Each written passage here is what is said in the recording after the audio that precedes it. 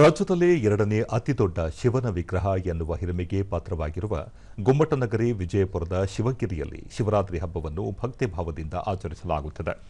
ಶಿವರಾತ್ರಿಯ ಹಿನ್ನೆಲೆಯಲ್ಲಿ ನಸುಕಿನಿಂದಲೇ ವಿಶೇಷ ಪೂಜಾ ಕೈಂಕರ್ಯಗಳು ನಡೆಯುತ್ತಿದ್ದು, ಸಾವಿರಾರು ಸಂಖ್ಯೆಯಲ್ಲಿ ಭಕ್ತರು ಸರದಿ ಸಾಲಿನಲ್ಲಿ ನಿಂತು ದರ್ಶನ ಪಡೆಯುತ್ತಿದ್ದಾರೆ.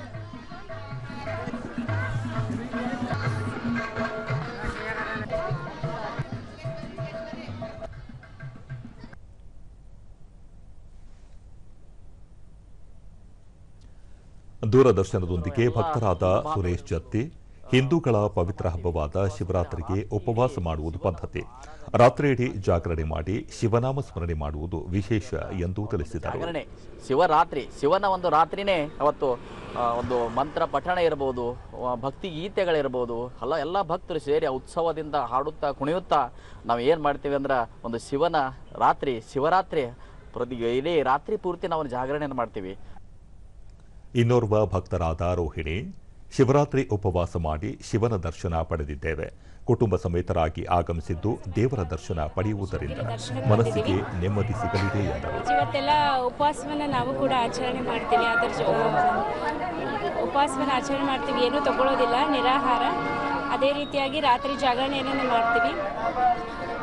ಶಿವನ ದರ್ಶನವನ್ನ ಮಾಡಿದ ಮೇಲೆ ಮನಸ್ಸಿಗೆ ನೆಮ್ಮದಿ ಸಿಗುತ್ತೆ ಅನ್ನೋ ಒಂದು ಕಾರಣಕ್ಕೆ ಈ ಒಂದು ಆಚರಣೆಯನ್ನು ಮಾಡ್ತೀವಿ.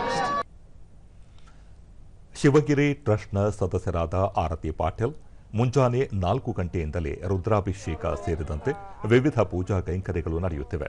ಅಸಂಖ್ಯಾತ ಭಕ್ತರು ಆಗಮಿಸಿದ್ದು ಎಲ್ಲಿಯೂ ತೊಂದರೆಯಾಗದಂತೆ ಅಚ್ಚುಕಟ್ಟು ವ್ಯವಸ್ಥೆ ಮಾಡಲಾಗಿದೆ ಎಂದು ಹೇಳಿದರು. ನಿರಂತರ ತುಲಾಭಾರನೂ ನಡೀತಾ ಇದೆ. ಆಮೇಲೆ ಸಾಯಂಕಾಲ 5 ಗಂಟೆಗೆ ಉಡಿ ತುಂಬ ಮಹಿಳೆಯರಿಗೆ ಉಡಿ ತುಂಬ ಪ್ರೋಗ್ರಾಮ್ ಇದೆ. ಮತ್ತು 5:30 ಗಂಟೆಗೆ ನಾವು ತೇರು ಹೆಣ್ಮಕ್ಳಿಂದ ಜಗ್ತಾ ಇದ್ದೀವಿ. ಶಿವಗಿರಿ ಟ್ರಸ್ಟ್ನ ಅಧ್ಯಕ್ಷ ಬಸಂತ್ ಕುಮಾರ್ ಪಾಟೀಲ್ 20 ವರ್ಷಗಳ ಹಿಂದೆ 85 ಅಡಿ ಎತ್ತರ ಹಾಗೂ 1500 ಟನ್ ತೂಕವಿರುವ ಶಿವನ ಮೂರ್ತಿಯನ್ನು ಪ್ರತಿಷ್ಠಾಪನೆ ಮಾಡಲಾಗಿದೆ. ಇದೀಗ ಈ ಕ್ಷೇತ್ರ ಯಾತ್ರಾ ಸ್ಥಳವಾಗಿ ರೂಪುಗೊಂಡಿದೆ.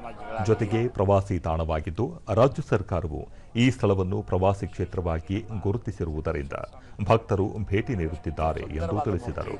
ಎಷ್ಟು ಪ್ರಮಾಣಬದ್ಧವಾದ ಮೂರ್ತಿ, ಇಲ್ಲಿ ಮುಂದೆ ಕೂತ್ಕೊಂಡ್ಬಿಟ್ರೆ ಹೊರಗಡೆ ಹೋಗಬೇಕಂತ ಅನಿಸೋದಿಲ್ಲ. ಅಂತ ಒಂದು ಪ್ರಶಾಂತವಾದ ಮೂರ್ತಿ ಇಲ್ಲಿ ಆಗಿದೆ.